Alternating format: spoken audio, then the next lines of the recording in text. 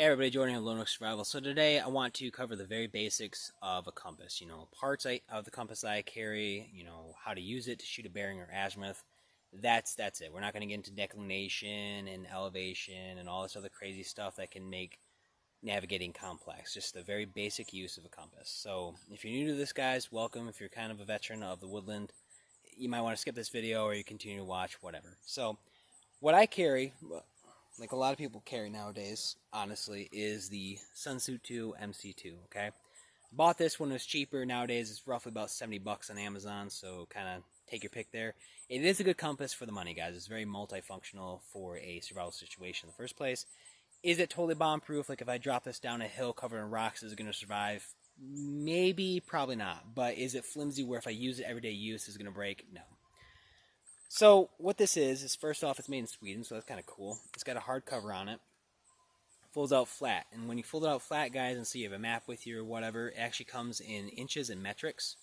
So up here's the inch mark, up down here is the centimeters. So you use the imperial or the metric system. That's pretty sweet.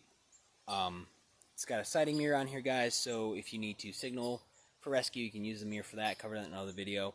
Use it for self-grooming, so if you want to look good for the camera, or if you think you have a tick underneath your beard here and your neck, you can sit there and you can look. Or if there's like a cut on your back or whatever, you want to see what's going on, the mirror will help you do that. So, speaking of that, we have a little magnifying glass right here. Pretty good at blowing stuff up on a map, obviously, so you can see more detail of an area, or you can use it to help you start a fire. I personally haven't done that yet. I do want to try it. It's supposed to be sending out tomorrow, so hopefully I'll get a little video about that. Other than that, it does got the bezel ring on here that does move, so that's pretty sweet about it. It does actually have the glow-in-the-dark implement here.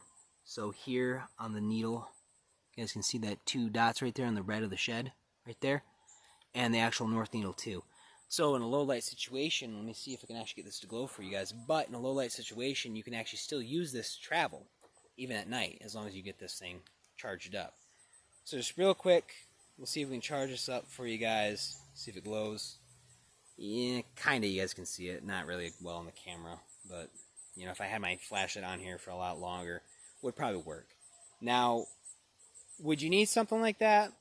It's just another tool thing offers, so it's kind of cool. Oh, there you guys go. Hopefully. There you go. So it does glow, so that's kind of cool. Nifty thing about it. Now, the other thing I do like about it, it's lanyard capable. A lot of compasses are, so that's just even sweeter with this package here. So how I usually carry this, guys, is very simple. I like to carry it around my neck. That way I don't lose it. I do have this little compass pouch that I bought from the US, Army Surplus store, USGI store, whatever you want to call it. It works okay.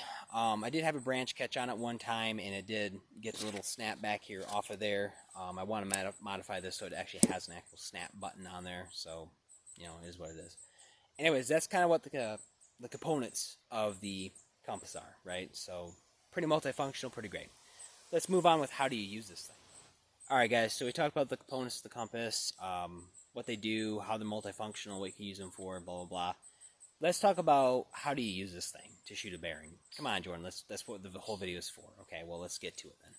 So first things first, if you want to shoot an azimuth or a bearing, they're pretty synonymous words, you use them for either or, at a tree, which granted out here is pretty brushy, so you're not really shooting that far, but either way.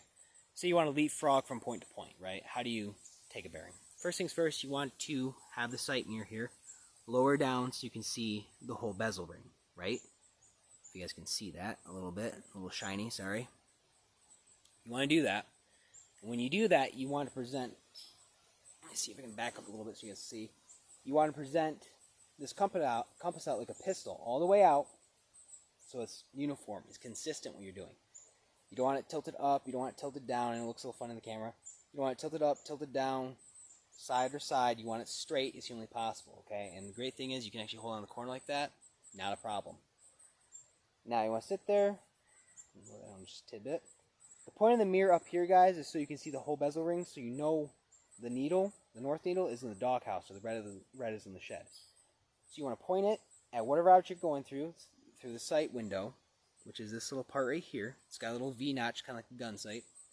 Point at it, look at your bezel ring, All you have to do, don't worry about the little numbers. You're not looking for that. Looking to get the red in the shed. Okay. Great, we're there. Bring it down to you. You want to sit there. Now that tree I'm shooting at, which is just an eastern white pine off camera over here, not very far away, that is 240 degrees southwest of us. Cool. The other thing I forgot to mention, guys, it does have a back azimuth, I guess notch, if you will, right there, or marker. So our reverse azimuth from that point would be 60 degrees. So that's pretty neat. That's one way you can do it. Now the lanyard, okay, you can do the same thing. Depending how long you want it to, okay? It can be like way out there like that, but it's going to hang down by your waistline or whatever. I just want it kind of somewhere in the middle of my chest. You can do the same thing. It's going to be consistent, same process.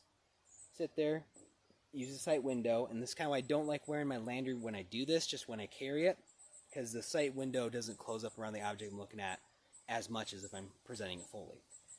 But it'll work in the long run, excuse me. So fold that down, get the red in the shed and the needle in the doghouse, look at it there, bring it down, make sure it's flat and level. Okay, 240. That's the basic way how you use this compass, guys. There's a whole other host of things like declination you got to think about too, depending where you are, from the North Pole to where you're on the surface of the Earth, all that stuff like that. We'll cover that at a later date, guys. But that's what I got for you today, the basic use of the compass. So thanks for watching, guys. Stay frosty, bless. Stay frosty, prep up. God bless.